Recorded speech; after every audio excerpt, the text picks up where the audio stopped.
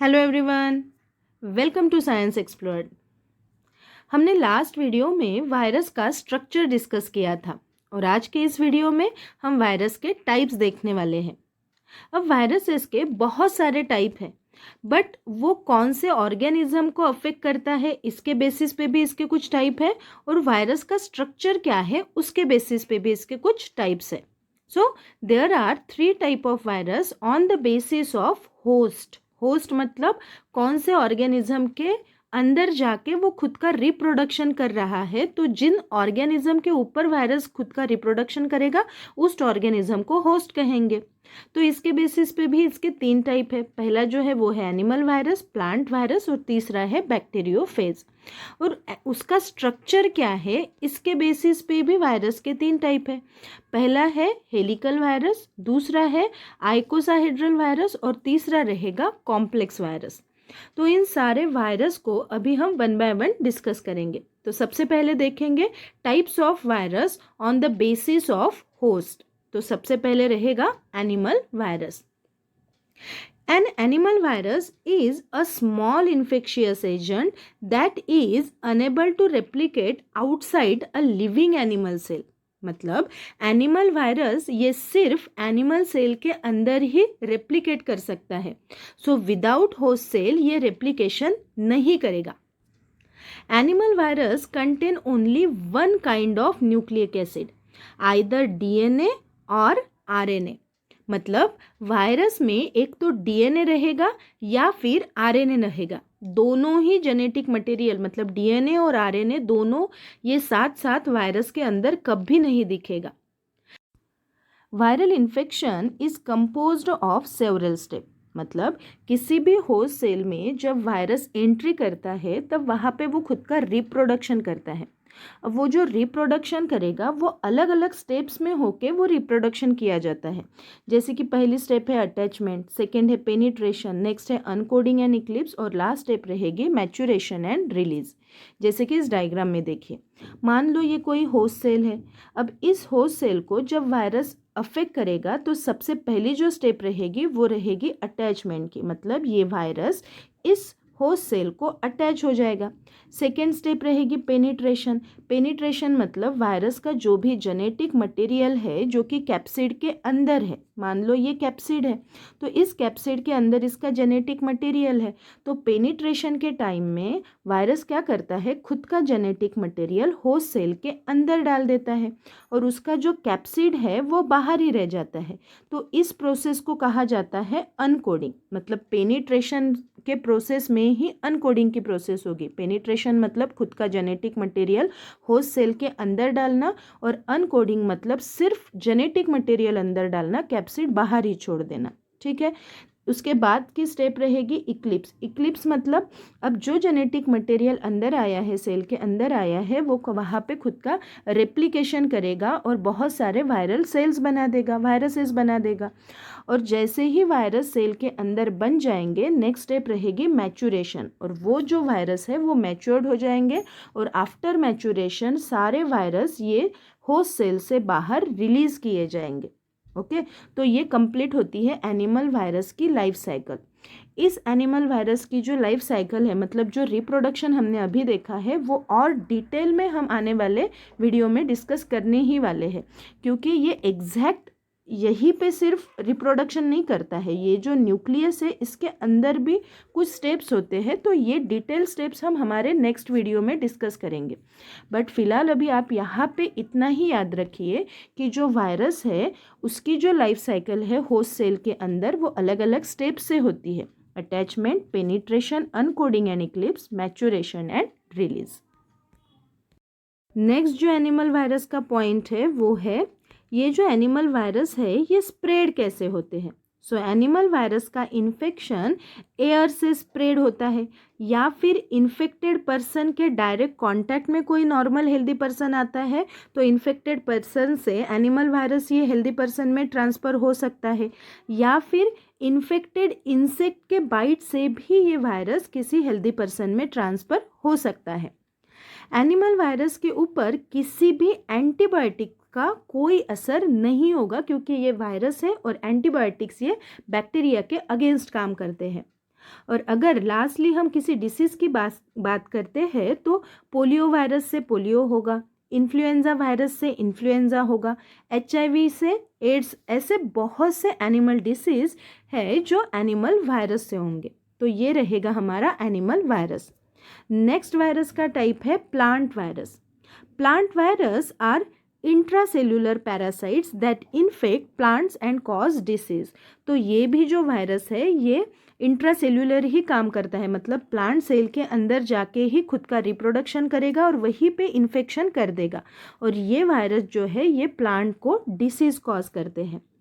There genetic material is mostly RNA that can singly और double stranded. तो generally plant virus का जो genetic material रहेगा वो RNA रहेगा। हमने पहले डिस्कस किया है कि एनिमल वायरस में एक तो RNA रहेगा या फिर DNA रहेगा, डिपेंड है, बट प्लांट वायरस में मोस्टली इनका जेनेटिक मटेरियल ये RNA ही रहेगा, चाहे वो सिंगल स्ट्रैंडेड RNA हो सकता है या फिर डबल स्ट्रैंडेड RNA हो सकता है, बट मोस्टली इनका जेनेटिक मटेरियल ये RNA ही रहेगा। नेक्स्ट है These virus do not have any machinery to replicate without a host organism। मतलब इसका मीनिंग एक ही है कि इसके रिप्रोडक्शन के लिए या फिर इसके इन्फेक्शन के लिए इसे भी होस्ट ऑर्गेनिज्म ही चाहिए। नेक्स्ट है they do not have envelope around them. तो इनके ऊपर कोई पर्टिकुलर एनवलप नहीं रहेगा, जैसे कि आप इस डायग्राम में देख सकते हो। तो इसके ऊपर कोई ऐसा पर्टिकुलर एनवलप नहीं रहेगा। So this is plant virus. और प्लांट वायरस के एग्जाम्पल रहेंगे tobacco mosaic virus, sugar cane mosaic etcetera. तो ये कुछ प्लांट वायरस के एग्जाम्पल्स हैं। नेक्स्ट वायरस का टाइप है bacteriophage. Bacteriophage is also known as phage. इसको फेज भी कहा जाता है, और ये ऐसे वायरसेस है जो सिर्फ बैक्टीरियल सेल को ही अफेक्ट कर सकते हैं। So bacteriophage are virus that infect and replicate only in bacterial cell. मतलब ये सिर्फ बैक्टीरियल सेल को अफेक्ट करेंगे और उसी बैक्टीरिया के अंदर खुद का रिप्रोडक्शन वो कर सकेंगे। यहाँ पे ये जो डायग्राम है ये बैक्टीरियोफेज की डायग्राम है, जो कि कैप्सिड हेड से बना है। उसके नीचे कॉलर रहेगा, रॉड लाइक जो स्ट्रक्चर यहाँ पे आप देख सकते हो वो शीथ रहेगा। नेक्स्ट रहेगा बेस प्लेट, और इसी बेस प्लेट से इनकी टेल फाइबर निकलेगी। तो ये एक टिपिकल बैक्टीरियोफेज की एक डायग्राम होती है। इस तरह से ये बैक्टीरिया, ये जो वायरस है ये बैक्टीरियल सेल को अफेक्ट करता है। तो मान लो ये जो ब्लू कलर का है वो बैक्टीरियल सेल है, और ये ऊपर वाला जो है वो है बैक्टीरियोफेज। तो जैसे कि हमने अभी देखा है कि बैक्टीरियोफेज के हेड के अंदर उनका जेनेटिक मटेरियल रहेगा। तो जैसे ही ये जो बैक्टीरियोफेज है ये बैक्टीरियल सेल को जैसे ही अटैच करेगा, ये खुद का जेनेटिक मटेरियल ऐसे बैक्टीरियल सेल के अंदर वो रिलीज कर देगा। ओके, तो ये इनका इन्फेक्शन की ये इसकी फेज है। बैक्टीरियोफेज हैव आइदर DNA और RNA as their genetic material. तो जो बैक्टीरियल फेज है उनके पास एक तो DNA रहेगा या फिर उनका RNA रहेगा, जो कि सर्कुलर भी हो सकता है या फिर लीनियर भी हो सकता है। तो ये डबल स्ट्रैंडेड मॉलिक्यूल भी हो सकता है या फिर सिंगल स्ट्रैंडेड जेनेटिक मटेरियल भी इनका हो सकता है। तो ये हुआ बैक्टीरियोफेज। अभी हम वायरस के दूसरे टाइप्स देखेंगे, जो कि है on the basis of morphology. मतलब वायरस के स्ट्रक्चर के बेसिस पे उनके कौन से टाइप है। तो सबसे पहला जो टाइप रहेगा वो रहेगा हेलिकल वायरस, जिसे फिलामेंटस या फिर रॉड शेप वायरस भी कहा जाता है। अब इसे हेलिकल वायरस क्यों कहा जाता है? क्योंकि इनका जो कैप्सिड है वो बहुत सारे सिमिलर प्रोटीन से बना है, और जो प्रोटीन है वो हेलिकल पैटर्न में अरेंज हुआ है। जैसे कि इस डायग्राम में देखिए, ये है प्रोटीन, जो सिंगल टाइप का प्रोटीन है, इनके बहुत सारे यूनिट्स में ये प्रोटीन यहाँ पे हेलिकल पैटर्न से अरेंज हुआ है। सो इसी वजह से इस वायरस को हेलिकल वायरस भी कहा जाता है। द हेलिक्स में हैव हॉलो सेंटर। तो जो प्रोटीन से ये हेलिकल वायरस बना है, यहाँ पे सेंटर में ऐसे हॉलो ट्यूब लाइक स्ट्रक्चर कुछ बनता है, और वहीं पे उनका जेनेटिक मटेरियल रहेगा। अब हेलिक्स वायरस का एग्जाम्पल है टोबैको मोजाइक वायरस, जो कि मोजाइक डिसीज कॉज करता है टोबैको प्लांट में। नेक्स्ट जो वायरस का टाइप है वो है स्पेरिकल वायरस, जिसे पॉलीहेड्रल या फिर आइकोसाहेड्रल वायरस भी कहा जाता है। अब इसे आइकोसाहेड्रल क्यों कहा जाता है? क्योंकि ये 20 इक्विलैटरल ट्रायंगल से बना है।